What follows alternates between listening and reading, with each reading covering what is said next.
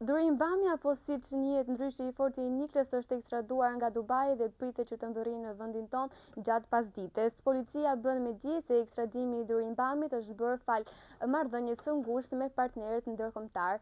Mbi 47 vjeçarin rëndohen veprat penale si sigurimi i kushteve dhe i mjeteve materiale për të kryer vrasje, grupi strukturuar kriminal, kultivimi i lëndëve narkotike, po ashtu edhe kryerja e veprave penale nga organizata kriminale. Bami ishte i shpallur në kërkim ndërkombëtarisht pasi ishte caktuar masa e sigurisë arrest me burg.